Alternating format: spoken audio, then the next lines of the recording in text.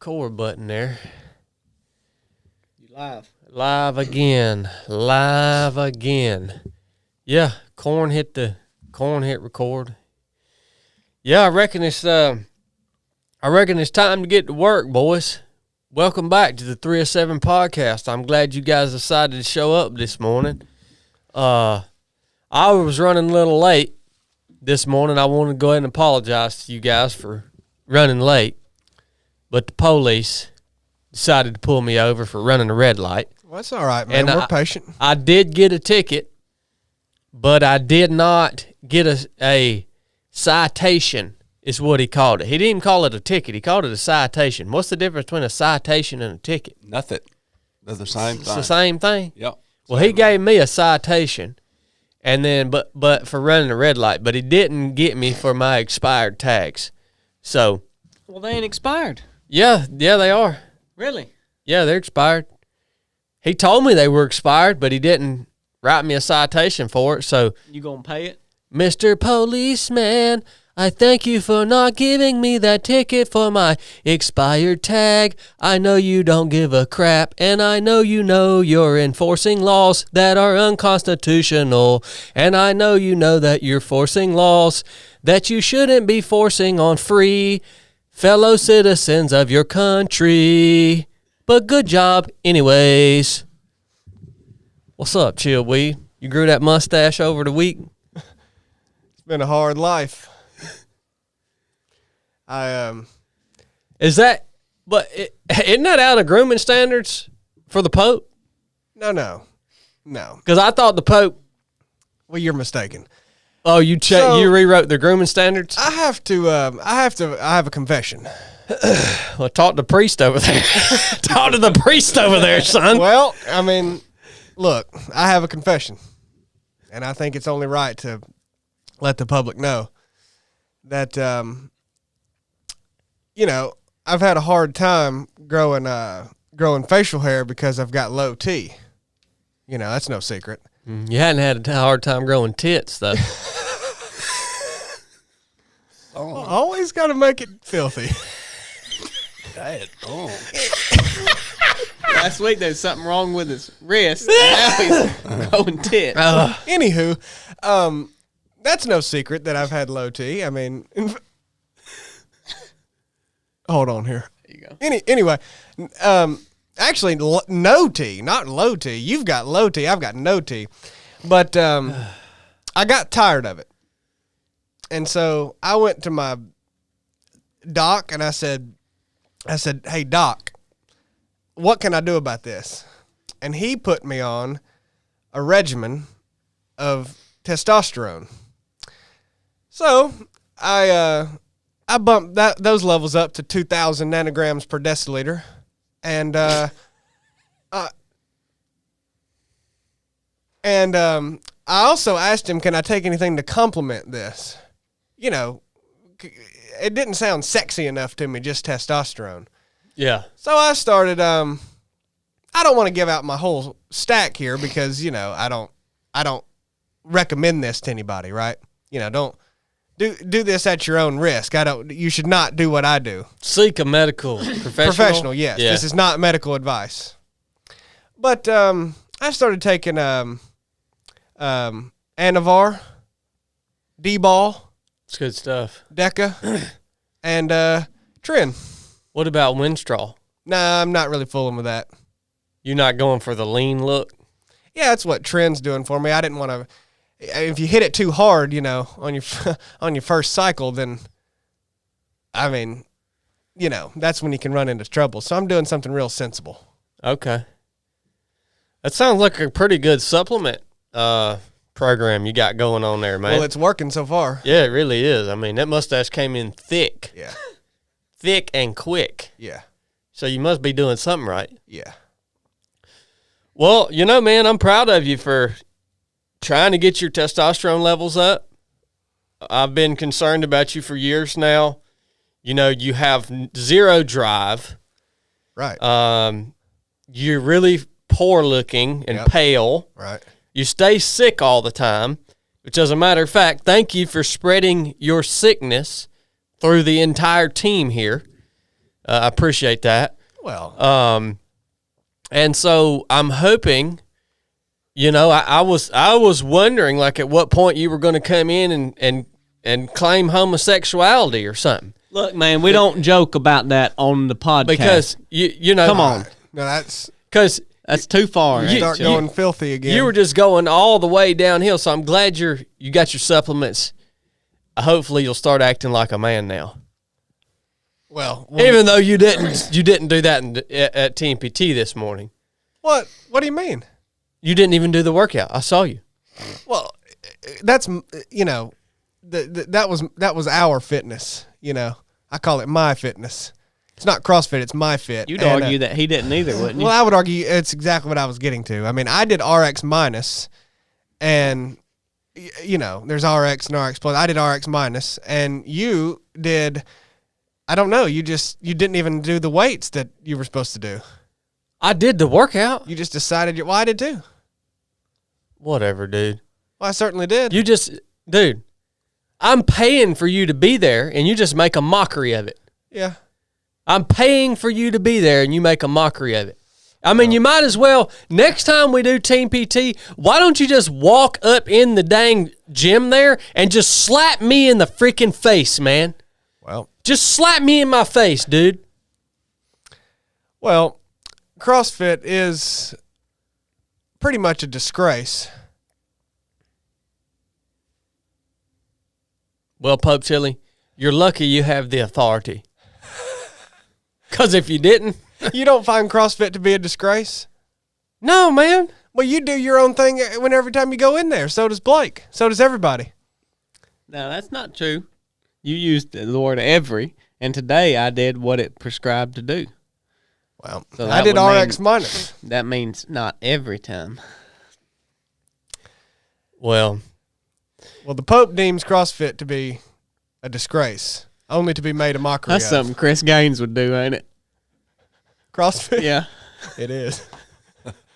Loose on the right side again there, Pope. Thank you, priest. well, guys, welcome back to the 3 of 7 podcast. What's this podcast titled? Oh, whatever you told me. What'd you title it? Disband the military. Disbanding the military. Wow. We're going to talk about disbanding the military today.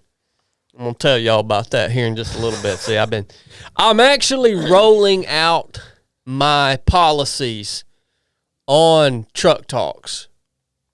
Now, I'm in that phase now. I'm rolling out my policies. So you running for something. Yeah, this the last one that I did, I talked about returning power back to the states and actually reestablishing state sovereignty. So that's on the top of my agenda. Second thing on my agenda, though, is disbanding the military.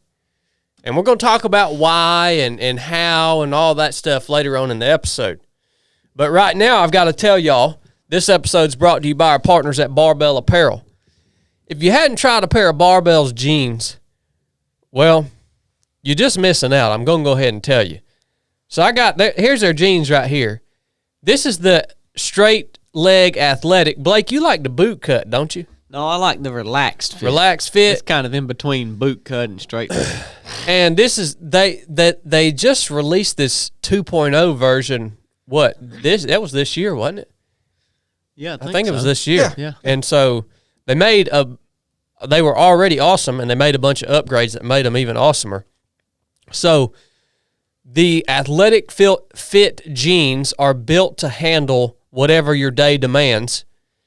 They're actually daggone tough. They're a good blend of durability and comfort. Now I'm speaking off the cuff here. This is the combination of over 7 years of research and improvement. These jeans are made to perform in perfect sync with your body. With new reinforcements, cutting edge stretch denim. That's one of the things that makes these things so comfortable is the fact that the denim actually has some stretch to it, and it allows you to squat down without binding your loins up. All right? And the flawless fit, these are the most performance-ready jeans ever made. I would agree with that. So, You know, something we don't hit much. They say all that, and a lot of people say all that, but they actually back it up. And, you know, they got that guarantee where if you rip them, put a hole in them, bust a seam, whatever, then they'll give you back a whole brand new pair. isn't that like for a year? I think it's a year. think it's longer than that, but I think it's a 1 year guarantee. I think it's a 365 days. Isn't that how many days is in a year? it's pretty What? close. Non-leap year. Okay. So, man, it's jean season. Go get you a pair of jeans, barbellapparel.com. And if you don't wear jeans, get you a pair of Ranger shorts. Get you ultralight tech tee. They got everything that you need to outfit your daggone closet. If you're walking around looking like a straight-up turd all the time, get you some decent clothes, all right? You know, every now and then it matters that you look good doing what you do. That's why Chili and we're actually going to go out and get us some handmade, bespoke suits, tailor-made for us here pretty soon. Well, I'm excited about that. So if any of you guys have a recommendation on where to get a tailor-made suit, please put it in the comments of this video. I'm looking for an all white.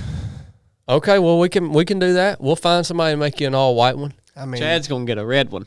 all right. But look, just go get you some of this Barbell stuff. You're going to like it.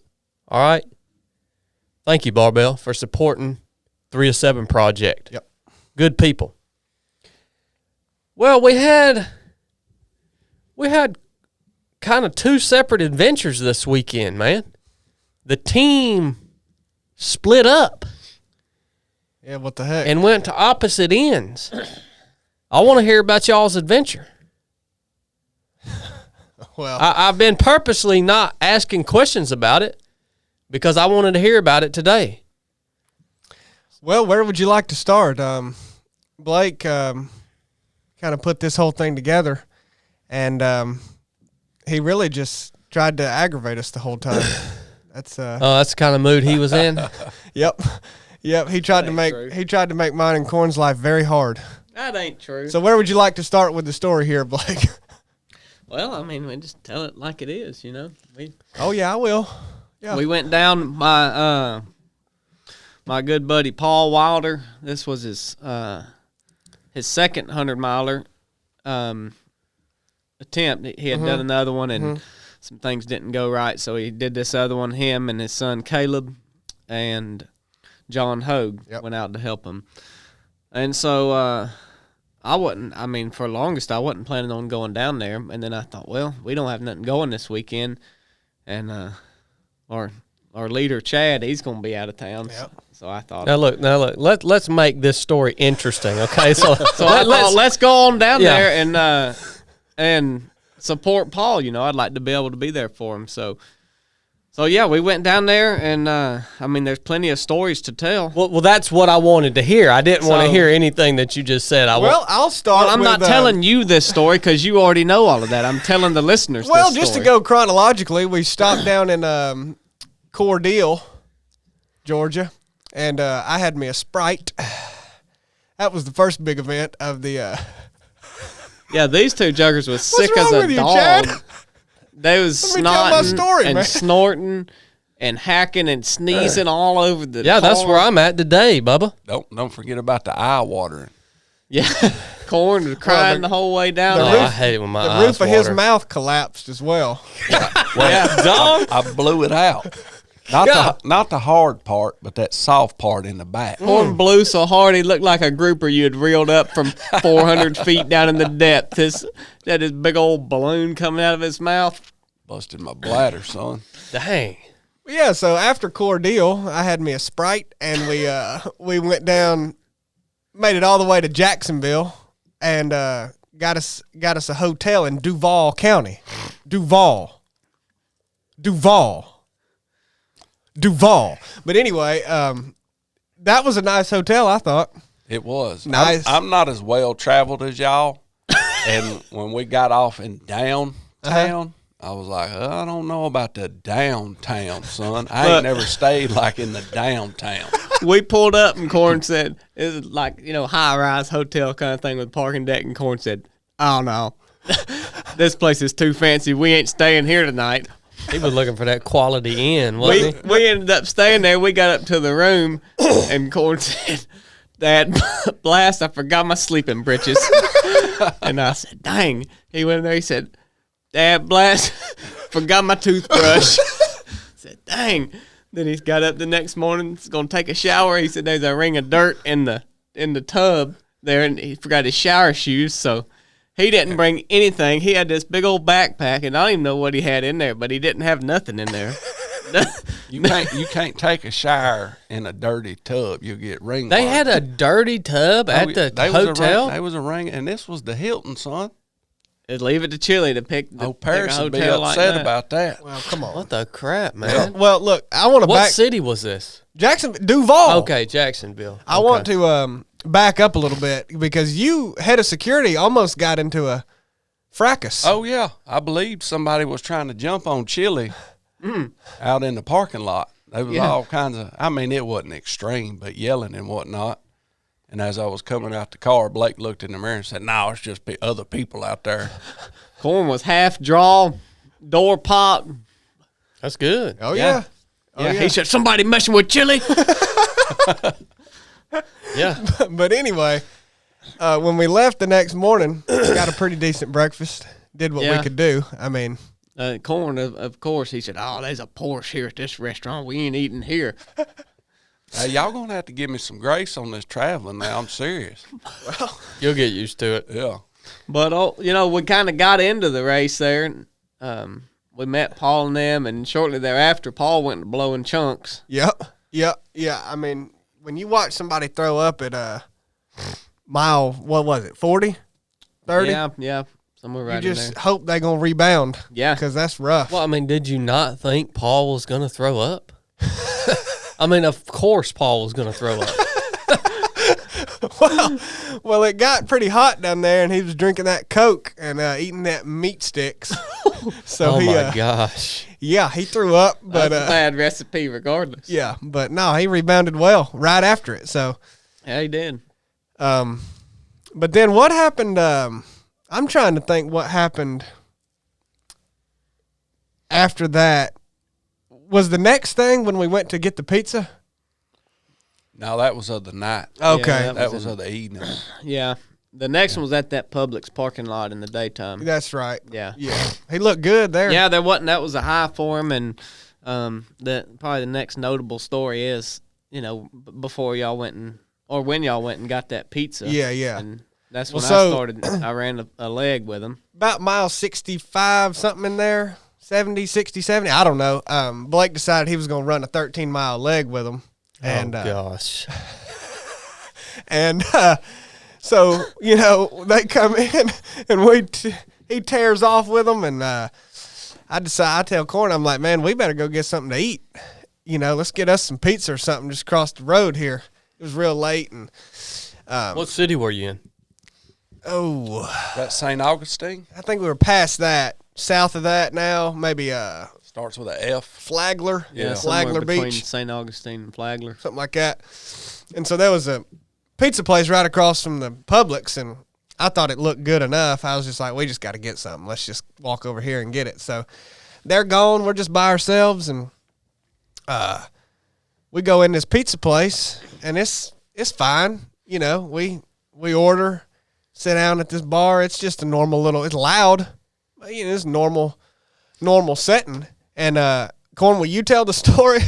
I just love the way you tell it. There's like 3 different stories in that. First off, when we went to cross the road, did you notice that them marshals, dude? Oh, they're tight. Were for real. Like Yeah. me and Chili standing, we're walking to the pizza house.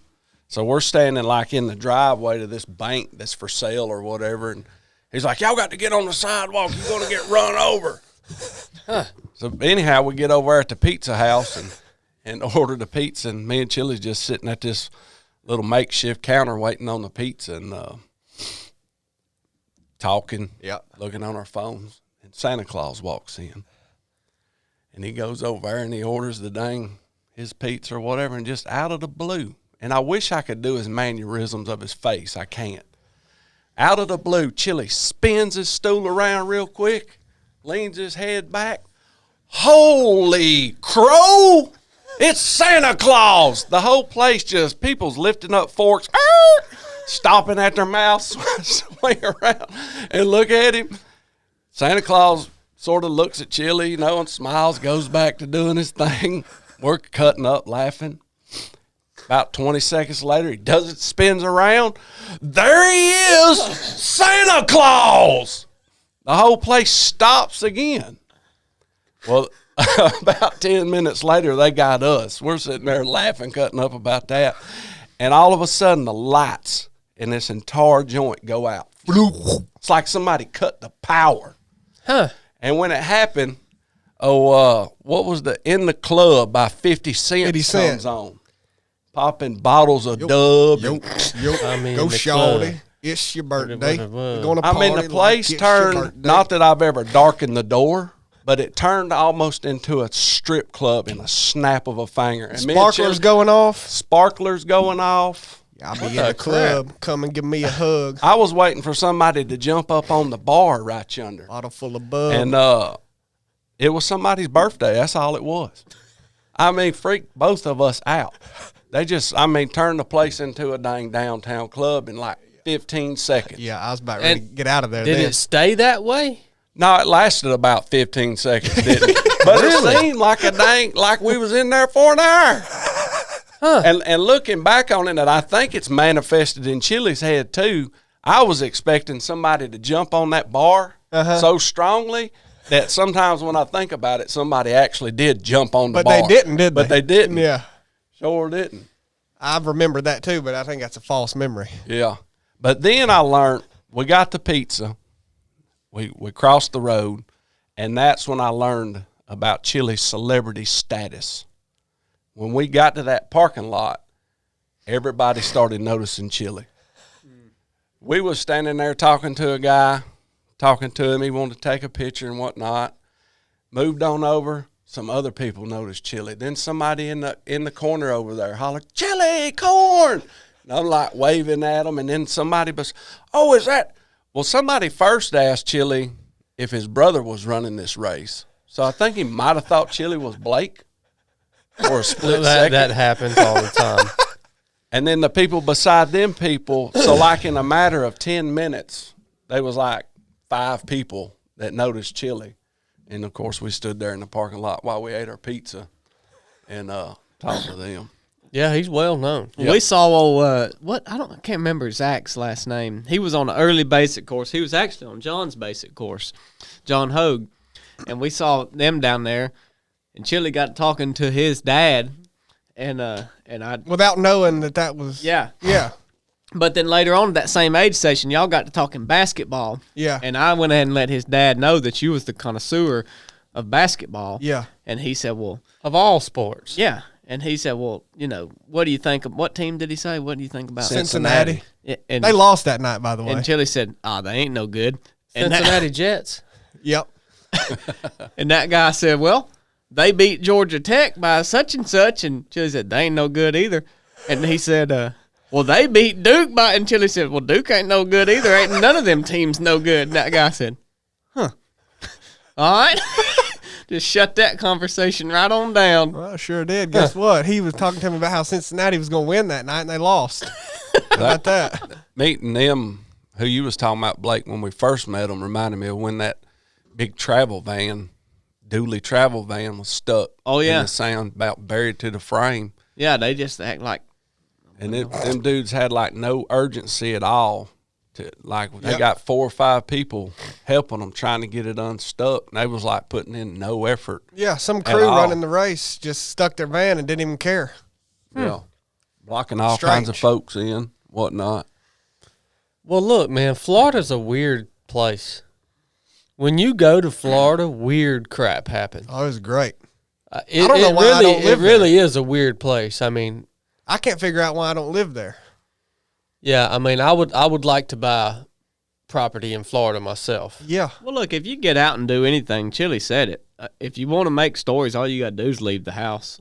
I mean, just weird crap happens anyway. Well, regardless especially of where in you go. Florida. Especially in Florida. I'm telling you, man, it's a strange place for sure. Well, I don't want to drag on these stories too long, but right after this, deep into the night, we're sleeping in a TGI Fridays parking lot.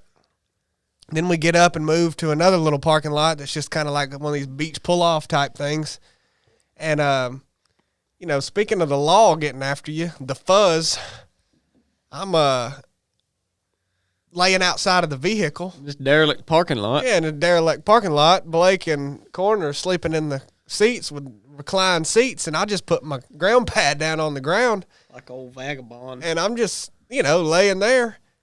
And all of a sudden, the fuzz rolls up.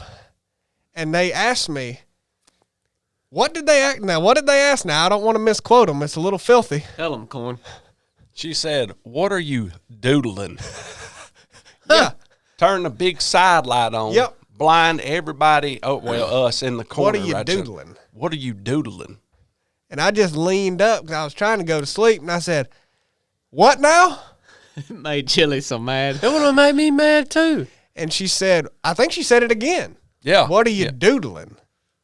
And I said, y'all know about this race? She said, yeah. And I said, well, that's what we're doing. We got a runner here. Yeah. And she said, all right, then, we was just making sure nothing was going on. And about that time, I don't really know when this was, but Corn just he's leaned there half asleep. He'd been snoring. He goes, what does it matter? And, hold on. And they just, I think they said something else or whatever, and then they just roll on. Yeah, man, they're just being nosy, man. That's rough, man. Come on. Yeah. I mean, clearly he's not just some homeless person sleeping next to a car. Like We wasn't the only car in the parking lot. It was like a beach access parking lot, Yeah, and they're just every being other nosy. car in there had runners. Well, All what the they cars did, I mean, got numbers on they them. came and accused me of being lewd or something. When she asked that, Lascivious. I pictured. This is what I said. Chili's sitting up Indian style like a little kid, and he's got a stick, and he's drawing something in the sand. And I looked in the mirror right there, the rear view mirror, and I was like, no, he's laying down. I was Why did asleep. she ask him, was he doodling? I was prone. She was being just silly. Yeah. Yeah. And, Yeah. And then We need to get rid of these police, man. Daytona Gustavo. Thought What was she that was a ocean doing? Comedian. Oh, that ocean was. I'm popping that ravine. Slap- When we was driving slapping to that, the Grim. on that leg, son. I had never been in that country. Corn ain't never been to no ocean. he said, that's the biggest lake I've ever seen. He looked over at me and he said, you hear that ocean slapping that ravine? I said, what are you talking about? He said, you can't hear that? It's smacking that ravine. What, were y'all in the Atlantic? Yeah. Yeah. Okay. Yeah. We're right down right down the coast. A1A, son. Yeah. Probably 20 feet from the water. Yeah. Y'all like Florida, man. What's that daggone drink you drinking, man? Huh? What is that drink you toting around this morning? That's water. What is up with that bottle? That's my bottle. What is that, SpongeBob? Yeah. What is it? Did water come in it? Yeah. I've never seen anything like that. Oh, you need to get out more. Did you get that in Florida? Huh. Yeah, Blake, we need to move. I think we should really consider moving operations down to Florida. Yeah. Good place to raise cows, Yeah, it is. hunt turkey. A lot of weird people like us. Turkey hunting's good. Yep. No state taxes. Yep. Deer hunting ain't no good. Yeah, they ain't got now deer hunting. No, I think they have a lot of deer, but no big deer. They're all little deer. That's all right. They got a lot of hogs, though. You know, their bear population is exploding. Yeah, I've heard that. South Georgia and Florida. Them Black Panthers down there. Yeah, we might do that. If somebody has some land for sale in Florida, drop it in the comments on this episode, all right? Let me know what y'all got down in Florida. See let us know about your suit, Taylor. Yeah, Maker. tailored suit. And let us know about your land in Florida. Yeah. But before we move on to Chad's story from his weekend, I do want to say this. We just talked all of our stories, but Paul, Caleb, and John all did really well. Yeah. I mean, it was super fun to watch them do that. I mean, John helped pace them like a consummate professional. Paul hung in there, battled the, stomach problems and everything, and really. And Gadwall had that bum knee for the longest. Yeah, and I mean, no problem. He always looked the exact same every time you saw him. Yep. Just calm. I don't think his heart rate ever got above 80. So they all did really, really well. Broke 24 hours. Really cool. Yeah. Yeah, Yes. it was impressive. So had never been around a race like that. I mean, I was definitely impressed with what they were doing, and it was broke up in, where we met them in legs. And I knew they was putting in some work, but what really put it in perspective for me is driving home when we left from the finish line and got on the interstate, and I saw how long it took us driving 70 to 80 miles an hour to get to the exit where I remembered meeting them each time. It was even more impressive because I was like, holy smokes. And then from the very first place we was at, how long it took, I was like, man, that was awesome that they did that. Yeah. Yeah, I think because the whole idea of running 100 miles has become somewhat mainstream. I think people look at it and that have never done it before, and because they've seen and know people that do it, and they see people on YouTube and Instagram that do these 100-mile races and stuff, they don't respect it the way they should respect it. It is daggone rough. That's a long ways to run, man. And I just feel like people take it lightly, and they go and they sign up for these. They sign up for a 100-mile race, and then they don't end up making it. And it's because they see other people doing it, and they think, well, if somebody else can do it, I can do it. Well, that's true. But the people that actually finish these things have either been doing it for a long time, or if they're new, and maybe this is the first one they finished, they didn't finish it on accident. Yeah. You ain't going to finish one of these dang things on accident. And, yeah, people don't respect it. People don't respect what it actually is and how much effort it takes, how much effort you have to put in to even finish one. And then to finish one well takes not only effort but experience. Well, and you can tell how many people disrespect it by the very few that do try it. It seems like more and more now go out and try it, and they're disrespecting it, and you see how it turns out. You know how many people finished the race that I ran this weekend? 35 people. Out of how many starters? 70 something. Yeah, I mean 35 people finished. Yep. And that's just because people they see this crap on Instagram, and they hear people talking about it, and they say, "Oh yeah, I'm gonna go do that. Can't be that hard." No, it is so hard that what really slaps people in the face is when it transitions into that time when it's not fun anymore. That's what slaps them in the face. That's where they quit, because they're thinking, well, I'm doing this for fun, right? I'm supposed to be out here having fun. But then when they hit that point where they're like, holy crap, this is not fun anymore. Like, I don't want to be here. That's when they quit, for the most part. So, yeah, 35 people out of 70-something runners finished the race that we ran. So that's a legit race, isn't it? Yeah, it was a legit mountain race. Fairly new? Yeah, I think it's been around for 5-6 years, something like that. But yeah, I went. Now I actually ran a 100-mile race this weekend. Because that's what I do. I run. This is the second 100-miler I've ran this year. Yeah. And it was a good race. I did the Beast of the East, which is just outside of Charlotte in Crowder's Mountain Park or something like that. I don't know if it's a state park or what. but it was a true mountainous ultra marathon. Had almost 20,000 feet of climbing, extremely technical terrain, really, really difficult weather. It rained pretty much 60% of the time. I would say it was raining.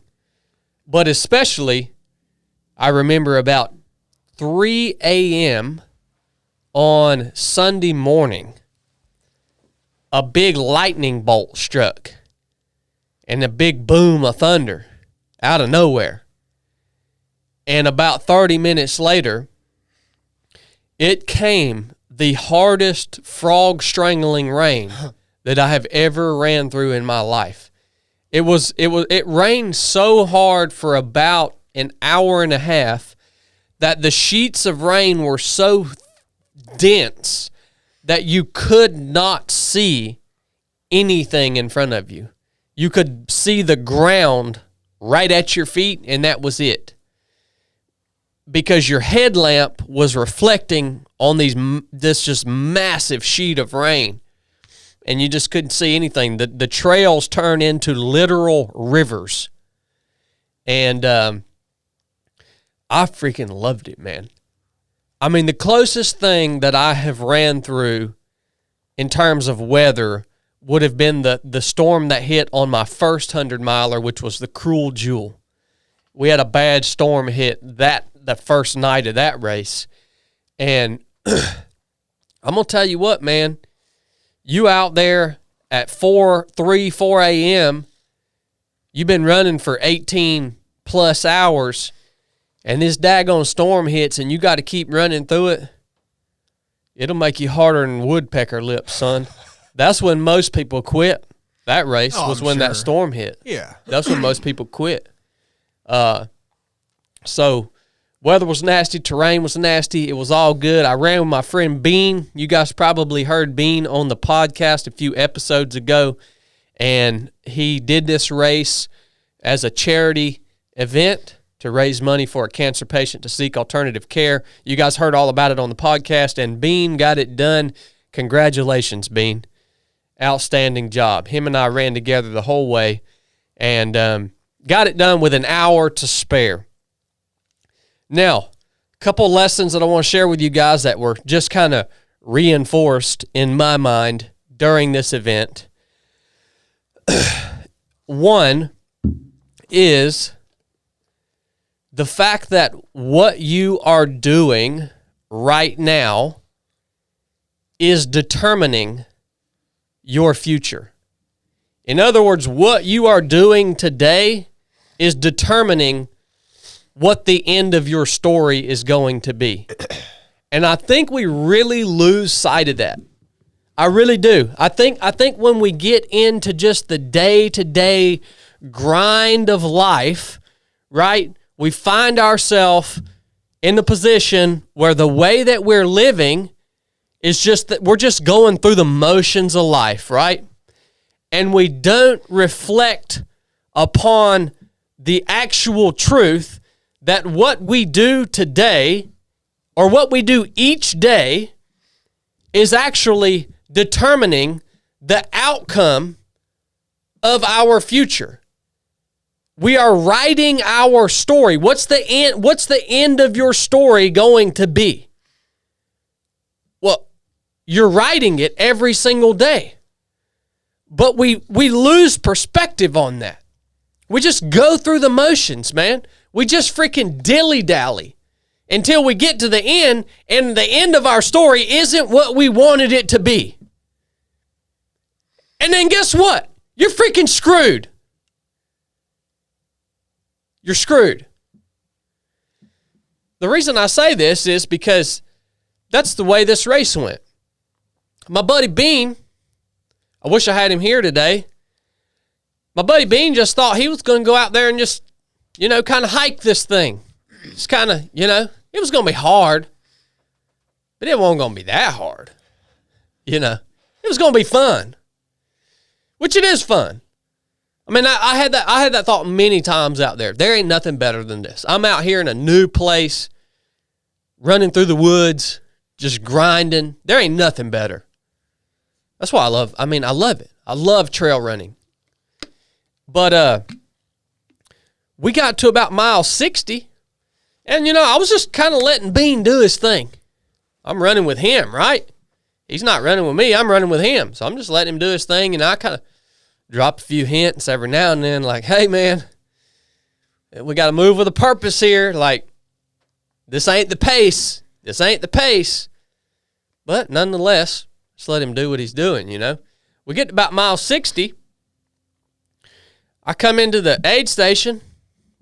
Bean does his thing. He rolls out. And I talk to the guy who's crewing Bean and I, Brooks. And I've been doing numbers in my head. And I'm like, this ain't adding up. Like, we ain't going to finish this thing. So I talked to Brooks. I'm like, hey, man, are my numbers right? And he's like, yeah, your numbers are right. Y'all ain't going to finish this thing.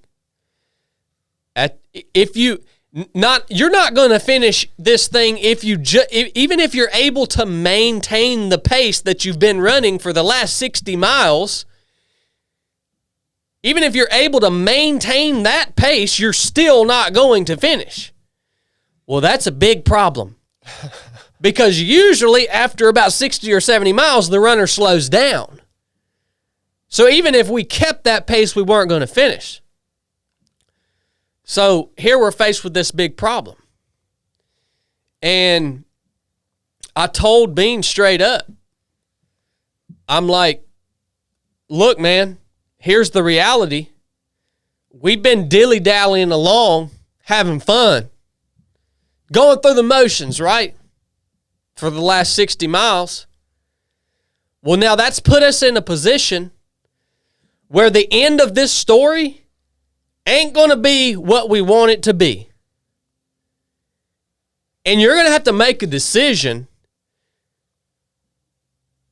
to go into the no fun zone. Like right now, you're going to have to make a decision, and everything that you do from this point forward is going to determine what your story is going to be. Are you going to go home at the end of this event and tell everybody, I just didn't make it, man.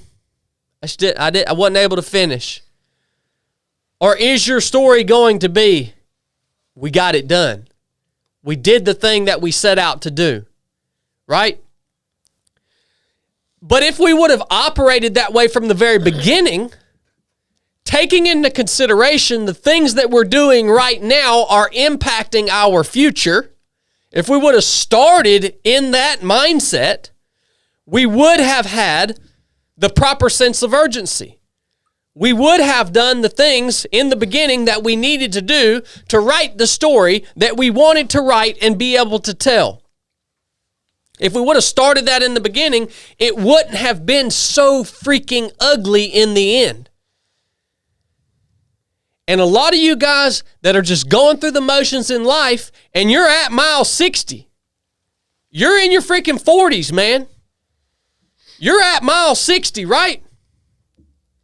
And you've been going through the motions, man.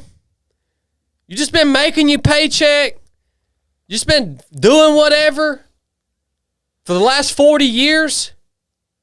I want you to understand that if you want your legacy, if you want your story to be something special, if you want it to be what you want it to be, you are going to have to work extremely freaking hard for the next 30 miles.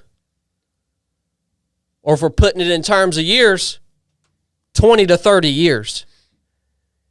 But if you wouldn't have wasted all that freaking time, if you wouldn't have wasted the first 60 miles, the first 40 years just dilly-dallying, just going through the freaking motions, it wouldn't be this hard for you right now. But guess what? You don't have any choice right now, because the things that you've been doing have got you to the place you are today, and now you have two choices. Your story at the end can either freaking suck, and that can be the way that everyone remembers you, Or you can accept the reality because you've wasted so much time that you're going to have to step up to the plate and you're going to have to work freaking harder than anyone and everyone else that you know to produce the outcome that you want to get out of this life. And that's what we had to do. And this joker suffered greatly for 40 miles. He suffered greatly. I mean, this joker was hurting bad. But it didn't have to be that way. And for the rest of you guys that are young and girls that are young and you're listening to this and you're in your 20s, I want you to take into consideration that what you're doing right now is determining your freaking future.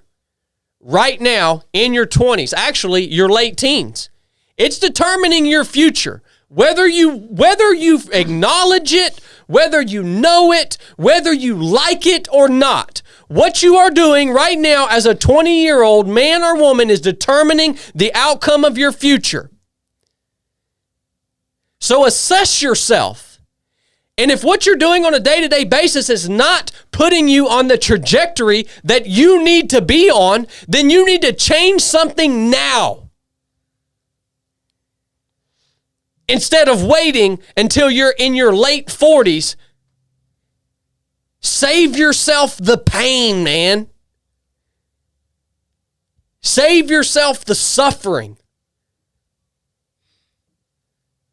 That was just a huge lesson that I saw play out.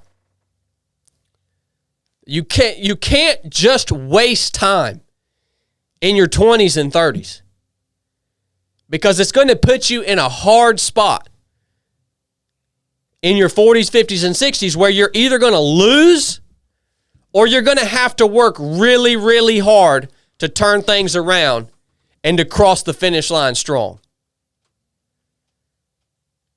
And it's going to suck. So make your decision. And a lot of you guys just don't freaking care. A lot of you guys don't even care if you finish or not. A lot of you guys don't even care if you finish strong in life. A lot of you guys don't even care what people are going to think of you or say about you after you die. A lot of you guys don't even care what's the legacy that you're leaving behind for your children and your loved ones.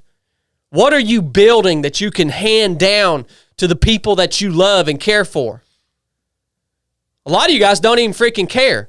And for those of you guys that don't care, I want to tell you something right now. Please go somewhere else because I don't want you here. You are not the people if you don't freaking care whether you finish the race or not. Then don't be here because you're just dragging everything and everybody down.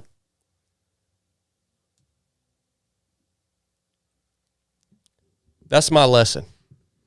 Well, in that same vein, the other side of the spectrum, another warning that people need to consider is the young people that do really good in high school or, up in through their 20s, and then they just slack off and they coast till they run out of steam, and before they know it, they're in their 50s and they ain't done nothing since they was 20 years old. And you see that. Look at the kids that you went to high school with who were the popular ones who were doing all this. Half of them ain't doing nothing now because they had all this steam built up and then they just let off. It starts to matter in your 20s, in my opinion. It starts to matter in your 20s.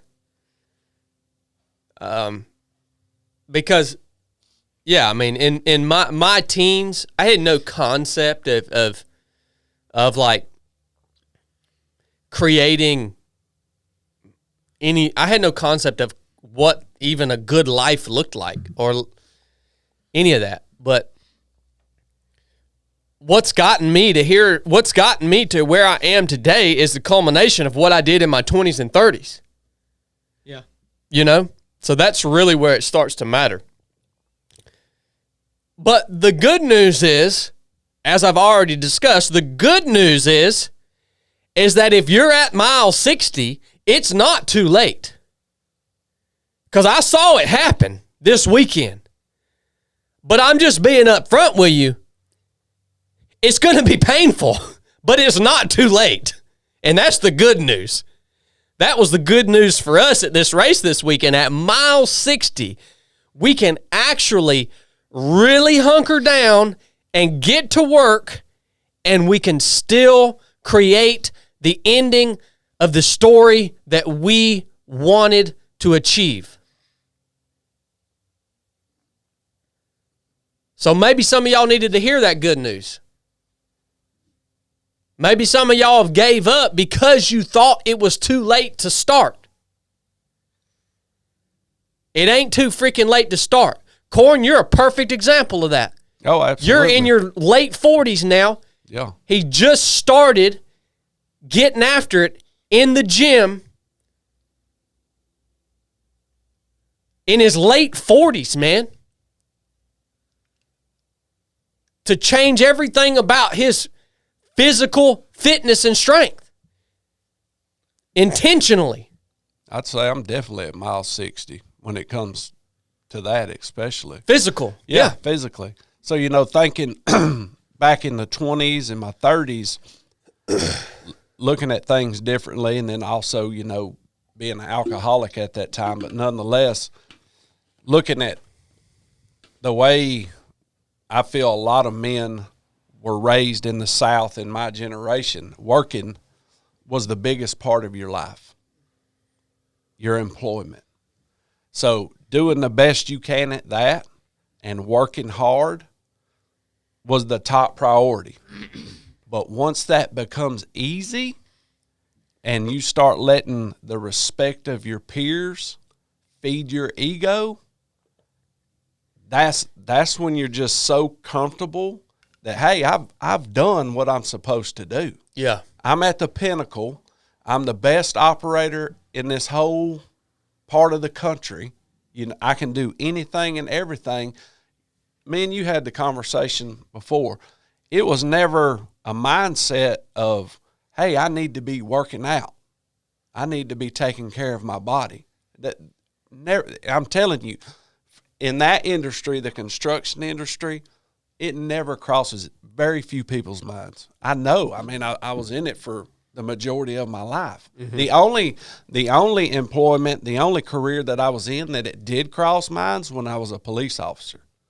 But now there are some guys out there in the construction field that get up and go out and work out in the morning before they come to, but those are few and far between in our area anyhow.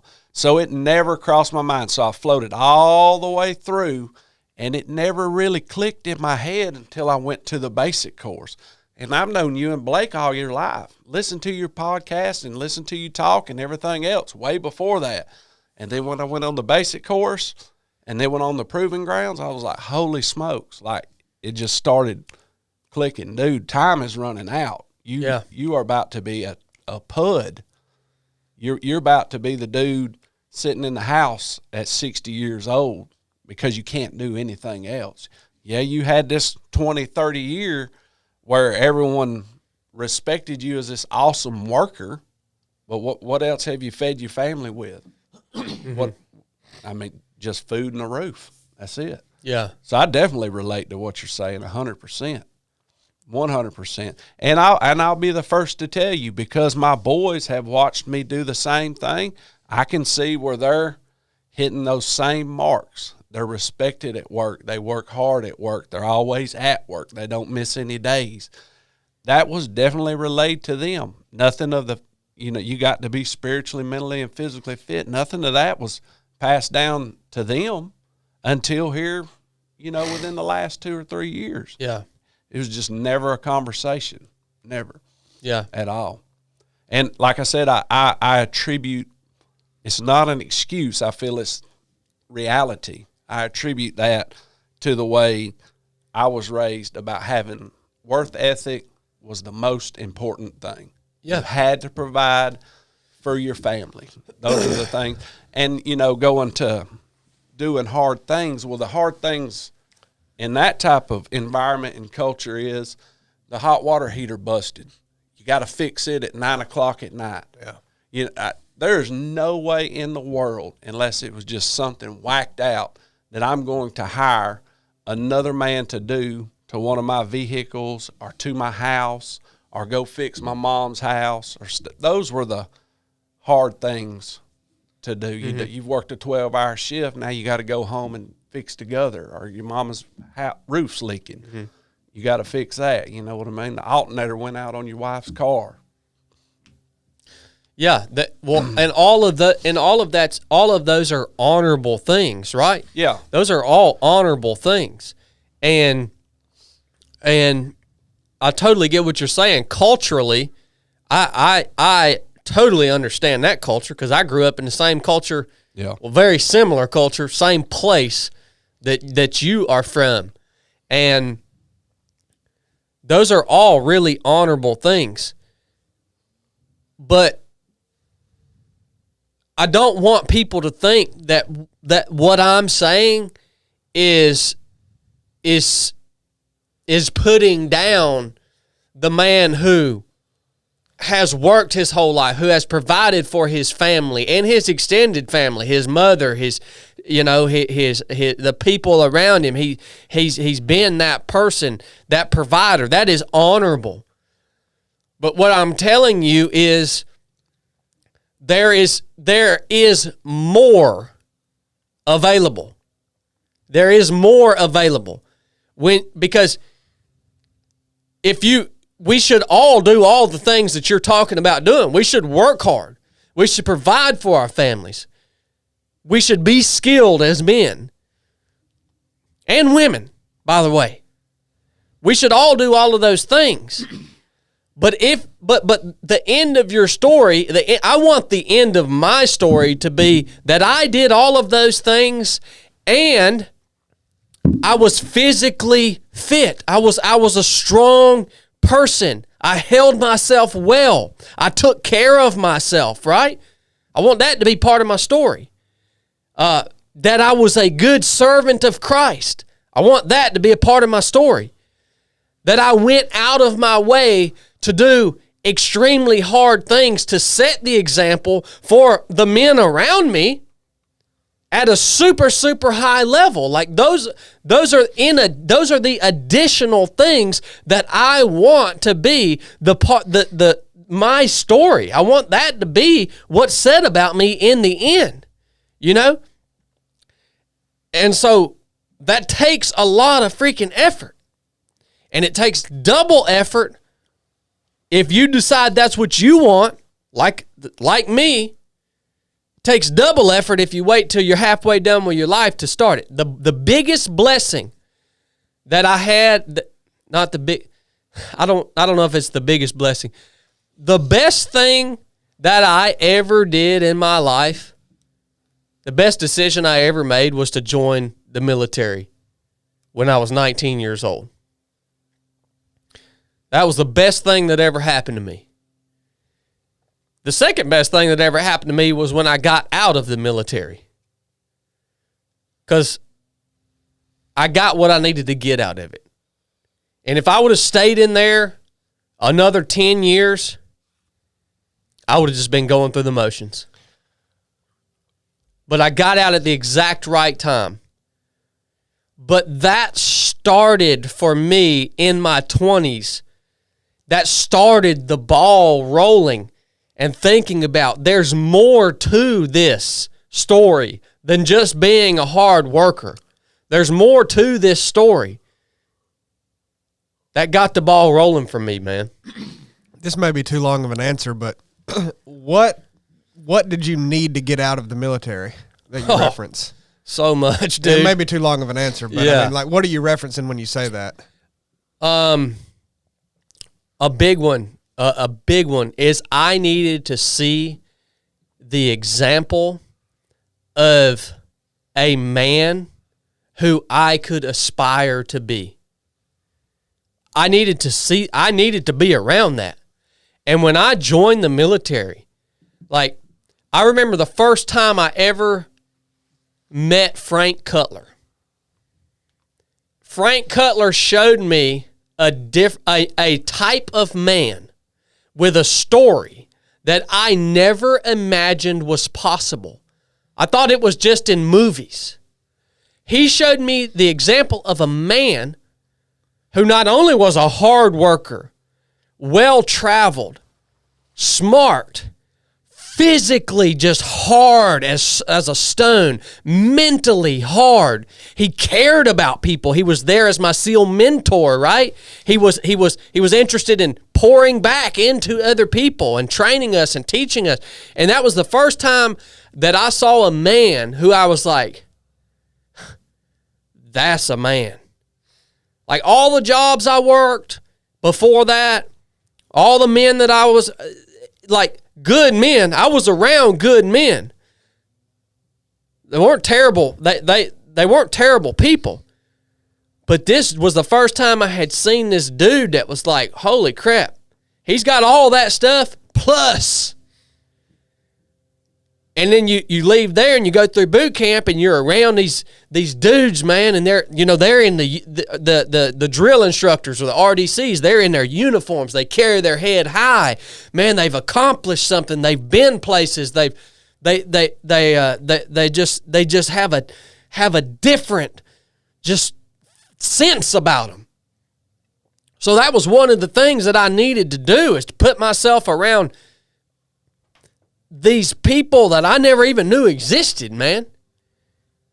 And to give me that first spark of, okay, there can be more to this life than just working hard and making money, which was all that in our culture, which is all that is said. You work 70 hours a week.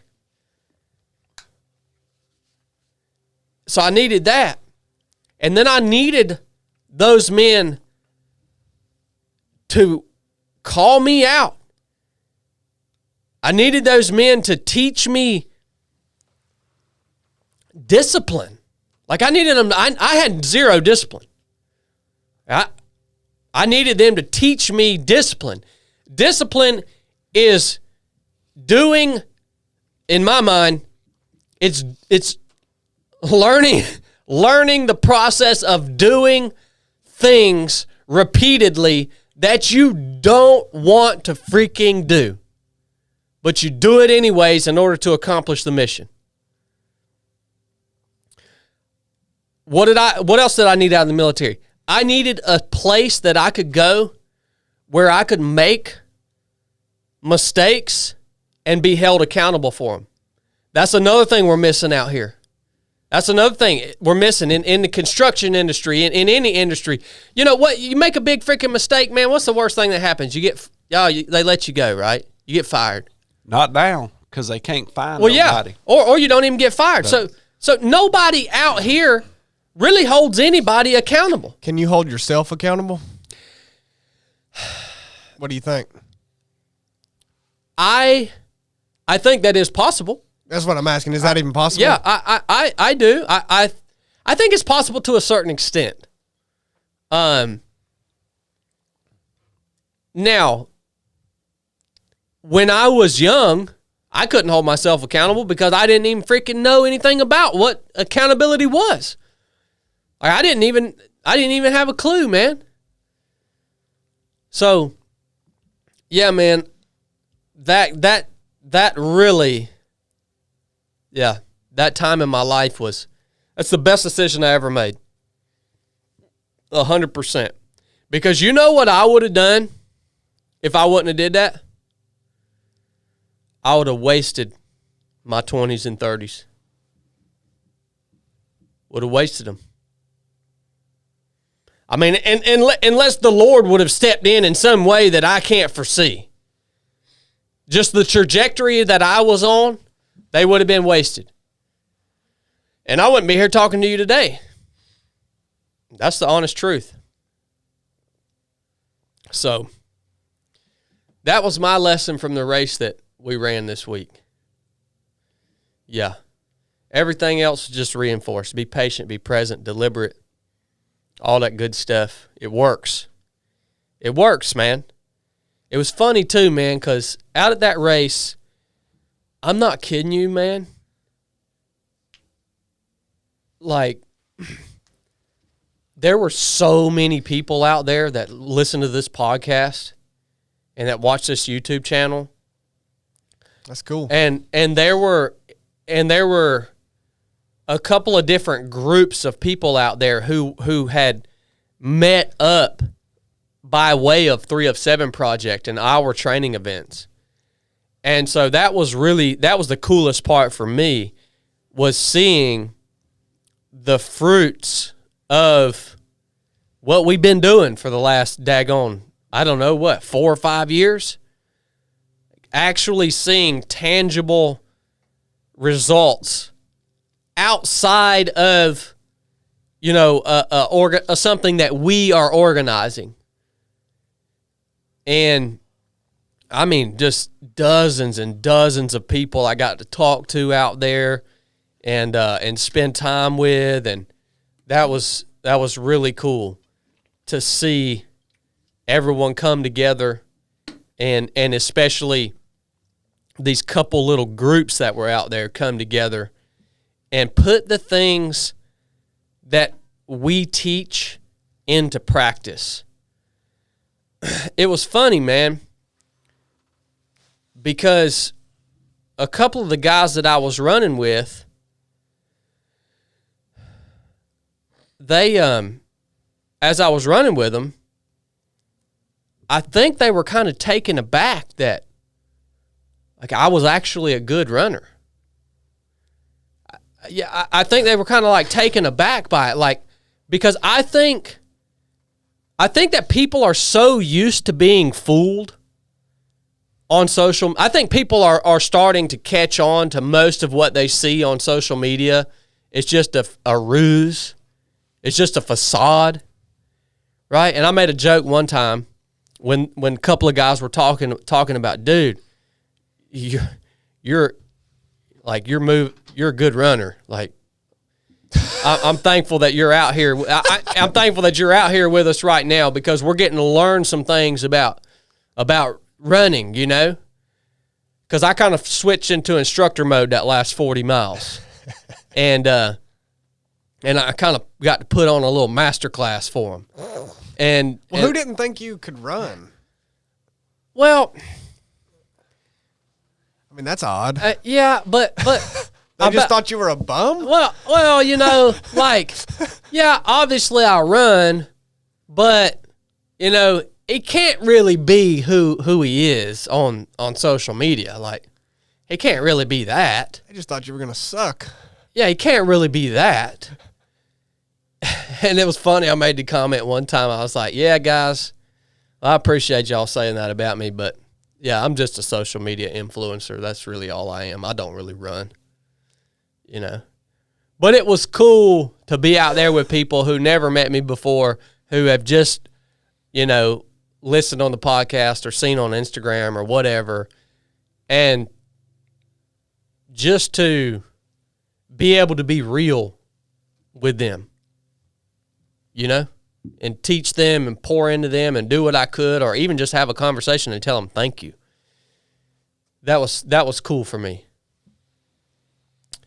So, well, I know you're probably wanting to move on, but I do have a question, because it's something I've been thinking about too, and I don't even know if I can articulate this in a way that makes any sense, as usual. And if I don't, let's just move on. But the lesson that you got from that race, it almost reminds me of something that I've been thinking, like, sometimes I think we are so goal-oriented, though, that we miss what we're doing right now in the moment, which you just got done explaining how much that affects what you're going to be doing later and when you would be achieving these goals or whatever. And I don't know if I can make this make sense, but, like, sometimes when you just decide, okay, this is what I'm going to do, or this is what I want to do, or this is what's in my future, you almost get so fixated on whatever that thing is that's way out in front that you don't do what you're supposed to do right now. Like, I guess that's exactly what you're saying, but it seems different, because it's like sometimes there's steps you need to be taking now, or problems that come at you in the today that you just kind of ignore because you're like, well, I'm focusing on this. And like if you never, that's why you always say stay present. Mm-hmm. I mean, it's like you have to take care of things as they come or you'll never get to where you're going. And it reminds me of like, he was just so fixated, I think, probably being on, and not to knock him, but like, so fixated on, I got to get this done. But he didn't like take the time to think, am I even on pace right now? Yeah. Is what I'm doing right now leading me to the I don't know. It's just interesting. I can't explain it all what I'm thinking, but that's. Yeah, I see the dynamic. And you talked about having a goal, man. And I think that's another part of this. I think that a lot of people who are just going through the motions of life and not really considering that what they're doing now is impacting or determining their future. I think a big thing that allows you to slip into that place of you're just going through the motions every day is the fact that you don't have goals. I think there are a ton of people that are listening to this show right now that don't have a specific goal for themselves in some aspect, physically, mentally, spiritually, in their whatever, their personal life, professional life. They don't have any freaking goals. Well, everything you just said pertaining to that lesson is predicated on having a goal. Exactly. Or predicated on having a vision of what you want your life to be. Exactly. I mean, it's entirely dependent on that. You have to have it. You have to have a goal, and you have to have multiple goals, right? Well, if you don't, how would you fail? Well, that's true. I mean, if you don't have a vision of this is what I want my life to look like when I'm done, or whatever, however you want to word it, well, then you're never going to achieve it, or you're never going to fail it either. Yeah, you're just going to go through the motions your whole life. Yeah, and that would be people. But most people are dissatisfied doing that. Yeah, most people are. That's one thing I've thought about. One day, when we establish our own gym, you are not going to be able to be a gym member at our gym unless you have a specified goal. Well, yeah, I mean. Well, so being serious about the goals too, and like you were saying, because, it's okay that didn't happen or that didn't, you tried your best, like really taking it serious. So, I think I could set all these goals and listen, everything I've done physically through my lifespan, especially the basic course and the proving grounds or whatever, I left some crap on the table, dude, and I know that I did. Though I was serious, headed there, thinking back, looking back, 2 days after, a month after, a year after, I know my lazy tail left some stuff on the table. So are you making a serious goal? Like, are you taking it serious? In my mind, there's a block there somehow for some reason, like how to really do that. Mm-hmm. Do you get what I'm saying? Mm-hmm. But and it's not because I feel I've been coddled. I'm around y'all three guys. I know Blake and you very well. Me and Chili had a slight conversation at the proving ground. I know he's going to hold me accountable, not just physical, but at work, and you and Blake both, all through the.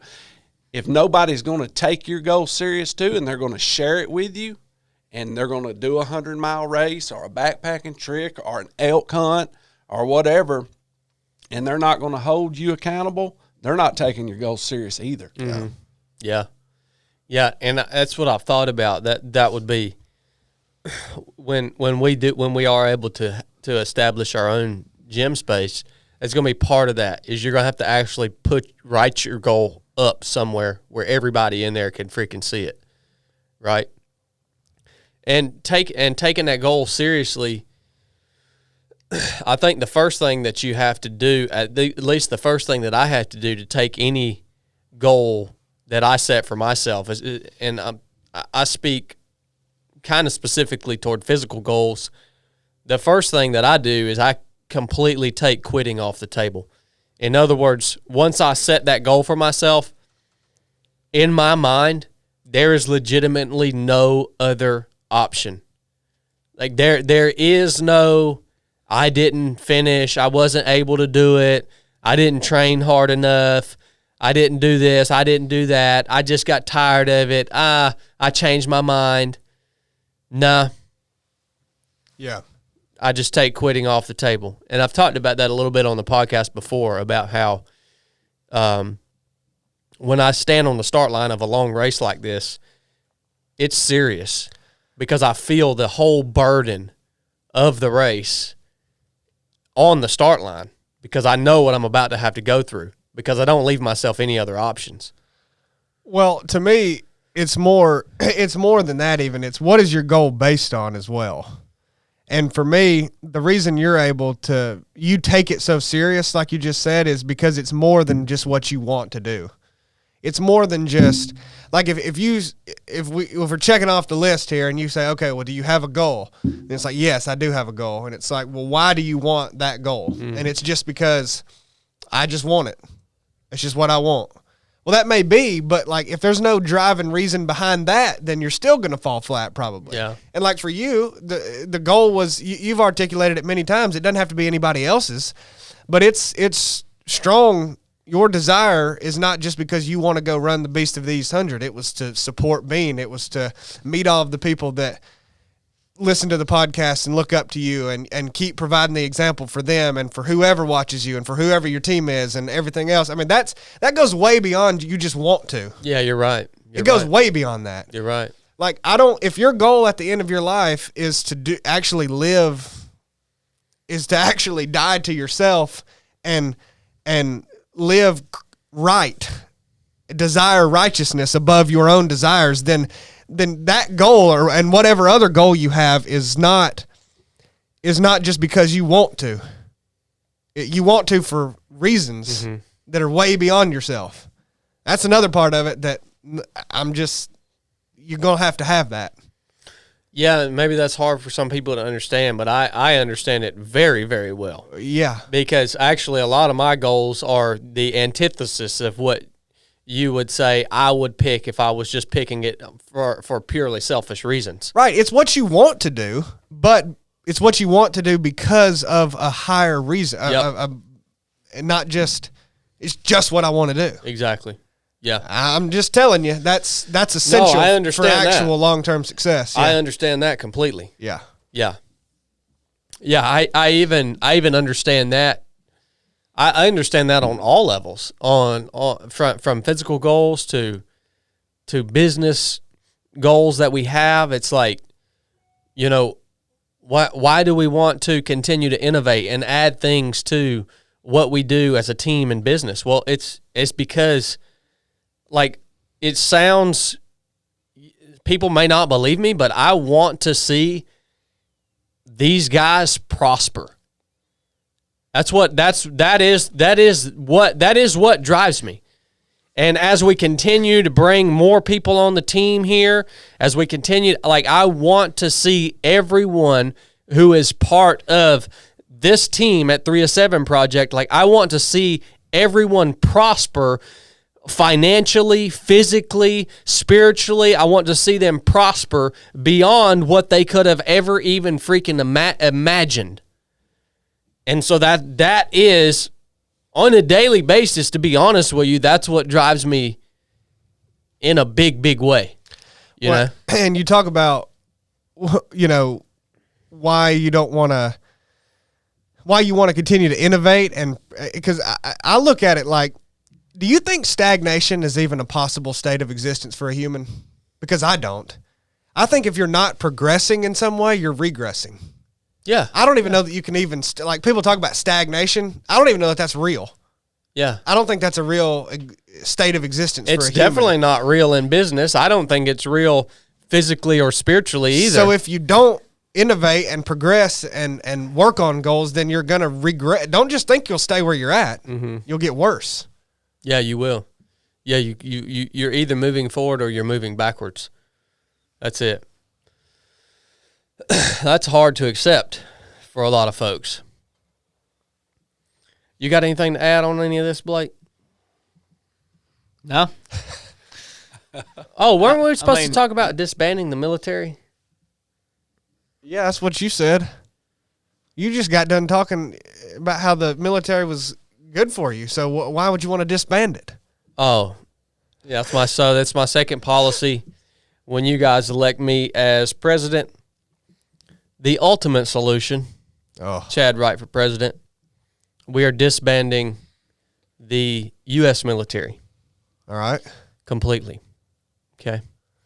Now, that being said, yes, being in the military was definitely beneficial for me. But here's what we're going to do.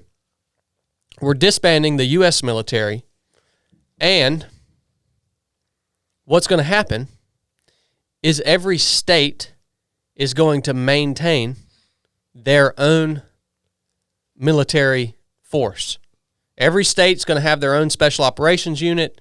They're going to have their own army, their own, if they're a coastal state, they're going to have their own little navy. So every state is going to have their own military. It's going to be like more like a National Guard model. Yeah. You know what I mean? So you're not really disbanding the military. You're dividing the military. Well, I mean, it's ultimately disbanding it and then I'm disbanding the U.S. government, federal, national military. and state militaries. And every state will maintain their own military and also their own militia. And that's the way it's going to work. So we're deconsolidating here. And not just so it's not just a militia, it'd be a military too. I mean, it'd be an official government state military. Every state would have a standing army, but it would be small. But they would also have militia that they could call upon if they needed to supplement the standing army. So is your policy as president, or the rest of your policy, predicated on state sovereignty? Yeah. Okay. Yep. This was actually this was what was advocated for in the beginning of our nation. Well, it's George Washington was one of the few men who wanted a standing national army. well, I think what about the state sovereignty part of it? I mean, that was a part of it too. That was a part of it too, for sure. But the problem, I think, became, how do you have all these states? Like, I think the United States form as the way it did because of just cooperation. Because all these 50 states would not be united anymore, and then they would start to fight with each other. It is for our benefit. It is for the benefit of the states to be united. Yeah, well, but some would be and some wouldn't. All states were involved in the ratification of the Constitution of the United States. So the Constitution is what unites the states, right? It's a document that all states have agreed to. So you don't want to get rid of the federal government? Oh yeah. No, not totally. Oh, it's just getting why down. not? It's getting down to a skeleton crew, very skeleton crew. No military, no 3-letter agencies. Yeah. I am going to be so useless as a president that I am just going to be able to hunt and run and do whatever the crap I want to do. Well, yeah, you're advocating for a decrease in the size and scope of the federal government, which is great, but And returning sovereignty back to the states. Don't you think each one of those states are going to come up with their own? Well, they've already got them. Yeah. The GBI, the ABI. right. Yeah. And That's fine. So do you not think that would empower each one? So now everywhere you go in the country, you got all of those putting their finger on you throughout the whole country. Each state can have their own branch of the justice system and GBI. What would freedom of what would borders be like? What would crossing borders be like? Well, that's something that I'm going to have to roll out in one of my later policies. Annex them, Mexico and Canada, and you don't have to worry about, the only border you have to worry about is down there at the bottom of Mexico. That's it. I mean, look, I'm just saying, I mean, that'd be up to you from a state. If you're bordering, first of all, California, speaking of California would collapse. California is being propped up by the federal government. So that's the thing. People don't understand what returning sovereignty to the states would actually do. It would do tons and tons of good.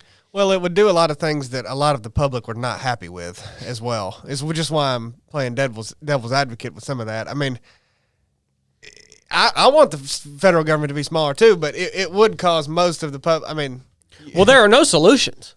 Well, correct, but I'm just There saying. are only trade-offs. But this would be an unpopular position if you couldn't explain, or if you didn't have a plan to, maintain borders where you could move. I mean, We could come up with a plan for that easy. we'll do an EU model. Yeah, we could come up with a plan for that easy. Yeah, that's no issue at all. So, first of all, you guys might be wondering, why am I advocating so heavily for disbanding the U.S. military? Well, first of all, I don't think that we need them. I think it's just the world's it's become the world's police. The military's become the strong arm of the federal government and allows the federal government to achieve their agendas globally. We don't freaking need that. We need to worry about what the crap is going on here and not all over the world. And another reason, a more recent reason, have any of you guys heard of the Enlist Act? Enlist Act? Yeah, that was a recent piece of legislation, right? Yeah, this is a bill. It was passed. This is a bill. I don't know if it's been passed yet or not. This is a little bit of an older article here. But essentially what the Enlist Act is doing, if it's passed, it's going to make an allowance for illegal immigrants or criminals. Let's stop calling illegal immigrants illegal immigrants. Let's start calling them criminals. People who have broken the law, crossed borders illegally, and freaking became criminals. The Enlist Act is going to allow these criminals to enlist into our military and serve in our military in order to earn their citizenship.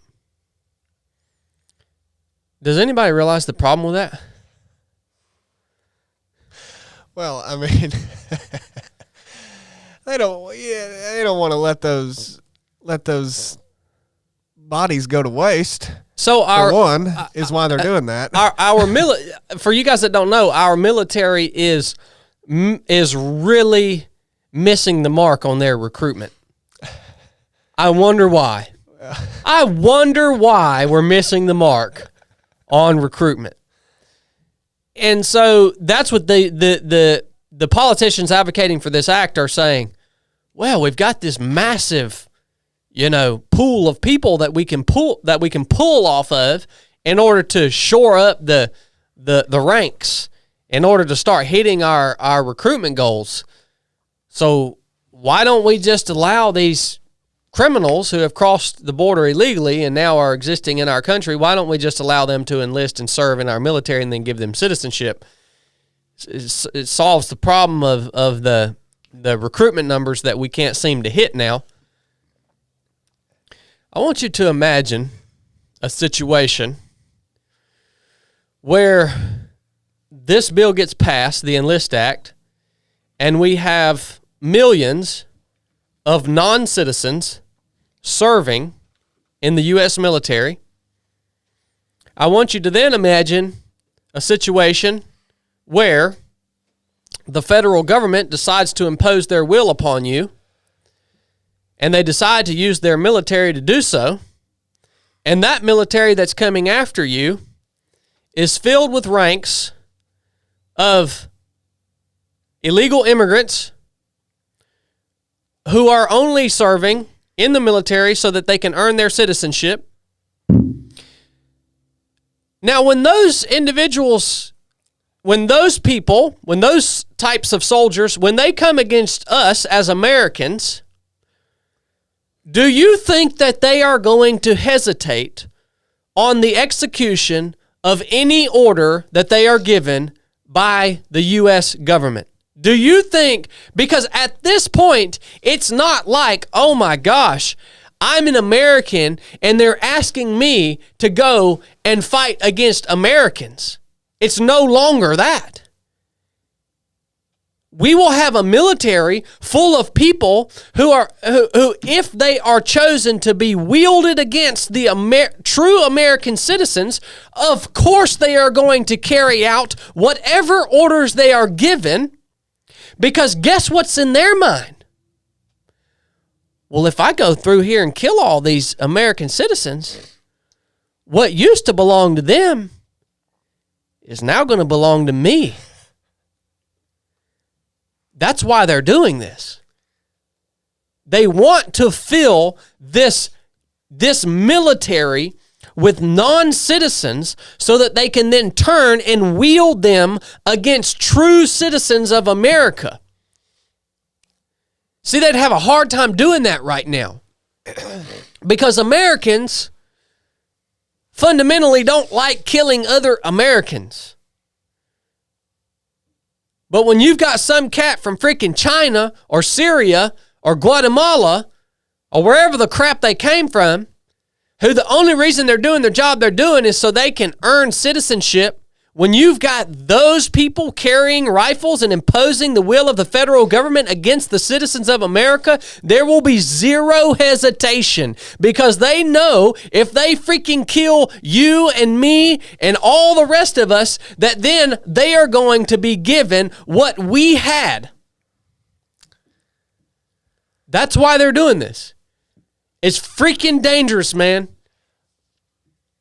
Is no one else concerned about this idea? Well, I mean, that's why the UN, the United Nations, has had a standing military for a long time and will continue to, and it's continuing to grow.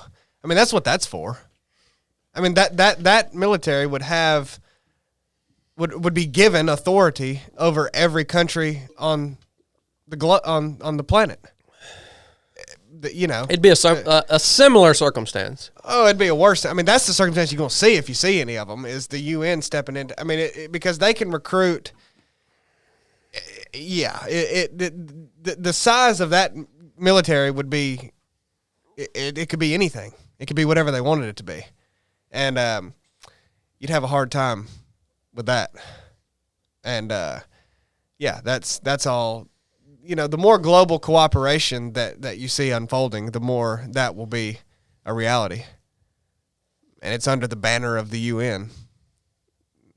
So that's really where you'll see it take place, in my opinion. But I think there's multiple scenarios involved with it. The cartels have been recruiting ex-military for years. And if you read anything on the cartels or any of the battles and stuff, when they have some ex-Marines involved with it or something, they are highly technical and deadly, and a lot of people die when they get into those gunfights. What if the Zetas out of Guatemala send 50,000 Guatemalans up here and get 4 years military experience? Yeah. What if that happens? Then they have a trained army in and of themselves. All they got to do is get some of the weapons that come from nowhere. You know what I mean? Yeah, that's definitely another problem with this Enlist Act. Yeah. I agree 100%. Yeah, dude, I could make all kinds of money. You realize what a cartel would pay me to come down and train their guys? Oh, absolutely. I could name my price. Absolutely. Yep. I went to a school. It's called Desert Snow, and it was an interdiction school. And one of the biggest guys that they got was a former Navy SEAL that run drugs all across the West and had been stopped countless times, and nobody could pick any cues up on him. You know, they had an interview with him. He finally just got tired of doing it and just gave up like 20 years into it. And they just couldn't pick up on any of the cues. He's hauling guns, money, drugs all across the United States, been pulled over by police for numerous things all across the country. Nobody could ever pick it up. Bet he made millions of dollars. Oh, absolutely. Yeah. you can take me down there. I'll negotiate it for you. Look at me. Oh, yeah. You ain't telling me no. Say, look here. Well, how much you got? So my nephew went into the Marines, and I'm not quite sure how they was there, but he spoke of some people that was from Africa and somewhere else that was in boot camp with him. And he was telling me those dudes were scary because they were happy to be there because they were getting fed. He said those drill instructors, anything they did to them did not bother them at all. He said, a lot of the Americans, not to discredit anything that goes on Parris Island, some of those guys might be laying in their bunks crying at night, you know, missing home, whatnot. He said those dudes were shark-eyed people. Like, you looked at them, and it's like they didn't care about nothing. They was happy to be getting fed. And I don't know what process they went through to get there, if they were actual citizens or whatever. We didn't go in depth about that. But well, yeah, the U.S. military right now will take on, it's almost like a foreign exchange student type of deal, right? Yeah. So they'll take on members of foreign militaries in countries that we are allied to, right? So like in my BUDS class, in my SEAL training class, we had a Polish officer. Well, we're allied with Poland, so they would send their guys to go through SEAL training. But we also had multiple officers from Saudi Arabia. Wild, man. And who freaking knows what these guys are doing with the training that they're receiving? I mean, they know all of our tactics. Who knows what they're freaking doing with it? Yeah. It's just a daggone mess, man. Luckily, the Saudi Arabians didn't last very long. Well, actually, they did. The Saudis lasted actually through the whole training pipeline, but they would quit like every other day. But then they would just be back the next day. The same person? Yeah, the same. Yeah, they. It's like they weren't allowed to quit. They would quit, but then they would just be back. They were in your BUDS class? Yeah. Okay. Finally, one of them fell off the slide for life and broke his hips and femurs and stuff, and he was gone for good. Freaking turds, man. But, yep, there's my next piece of policy. Just wanted to put that out for you guys today. And if you're not concerned about enlisting criminal immigrants into our military, then hopefully you're concerned about it now, because that could lead us to a terrible, terrible situation. Thank goodness we're all armed. Thank goodness. Blake, do we got any questions from YouTube? Anything that we need to go over? We had a few super chats here I'll read. Travis Van Ness, like usual. Dang. Every Thank time. you, Travis. $20. Dennis Long III gave 10. He said, congrats to Corn for starting the focus on his body health. Good work, brother. Chili looks like he could be a homeless wizard and spread a sea of trash with that gold fella in his hand. Thank you, Dennis. Justin Cummins gave $10. Great podcast, guys. Manfred Comp, he's on here again. 20 Justin? Canadian dollars. Manfred. Carpe diem. Great message, he said. Manfred, I'm looking for some Canadian gold still, man. That maple leaf. Let me know if you got any of those. Eric Logan's in again at $10 like he is every week. Eric, thank you, brother. Gear Related gave $4.99. Big fan of the podcast, guys. Thank you, Gear Related.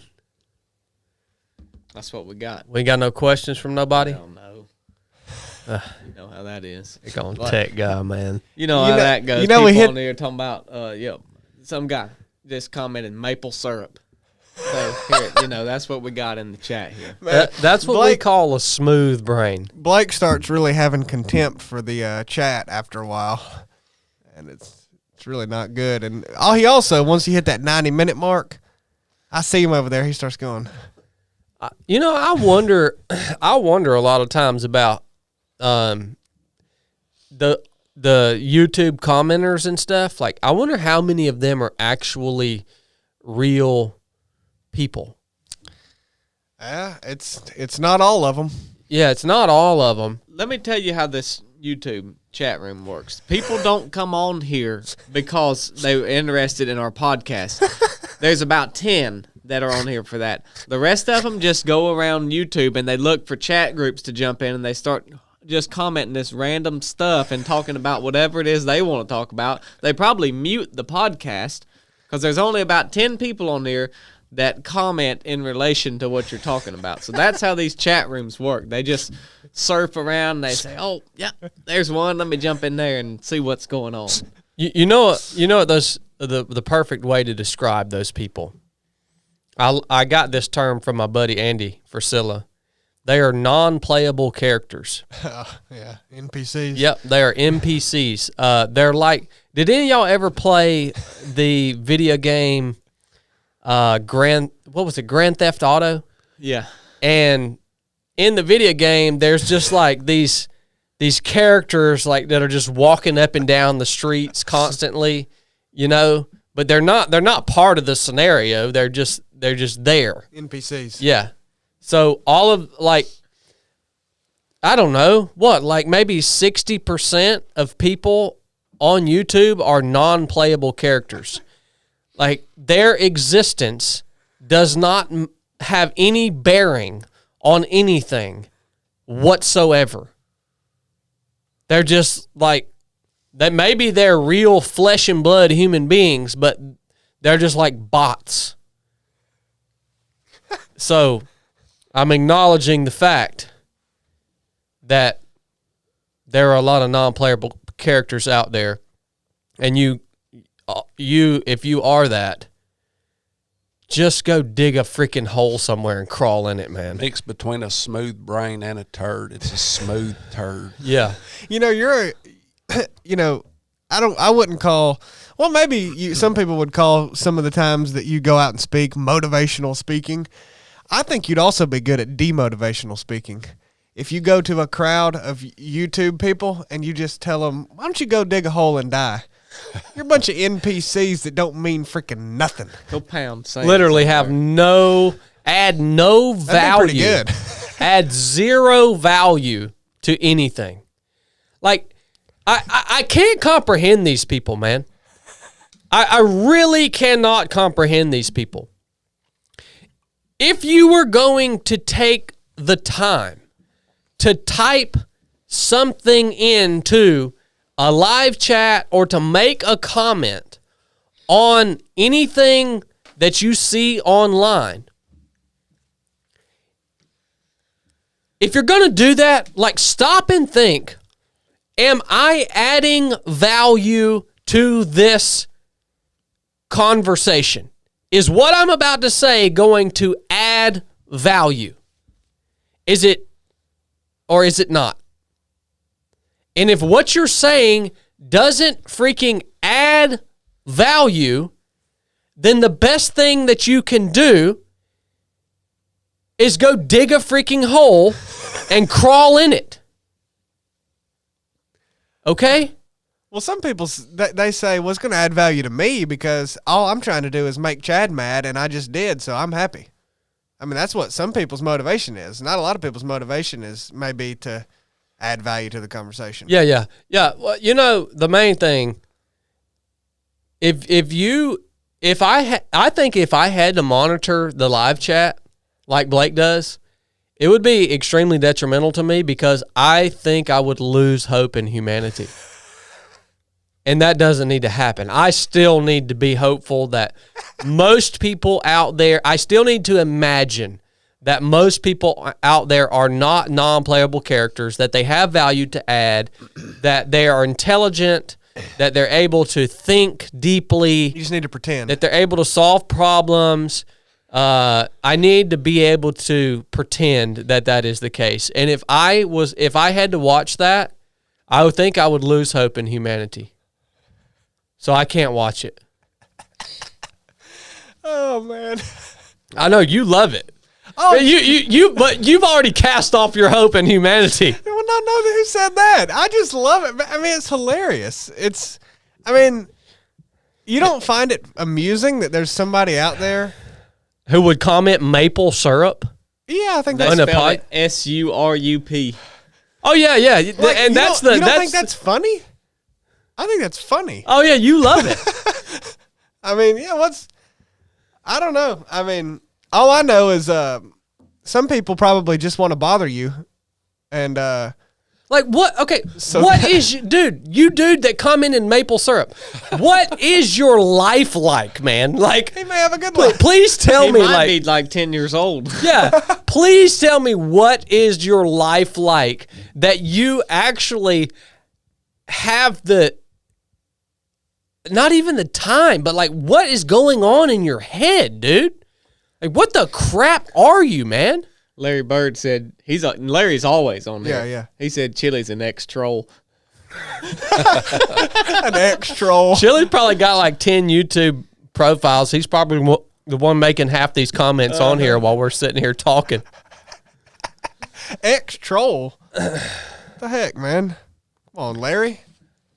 Ex-troll. Appreciate you, Larry Bird. All right, that's guys. funny. Well, hopefully the 10% of you guys that have legitimate functioning brains got something out of this podcast. And if you do, I'd appreciate it if you share it with somebody that actually has a legitimately functioning brain and who is not a non-playable character. Share the podcast with those types of people, please, because it helps the podcast grow, and it actually brings the right people to these conversations, which makes them that much more valuable. So, love you guys. I'll catch you. I don't know. I'll catch you sometime. Enough said.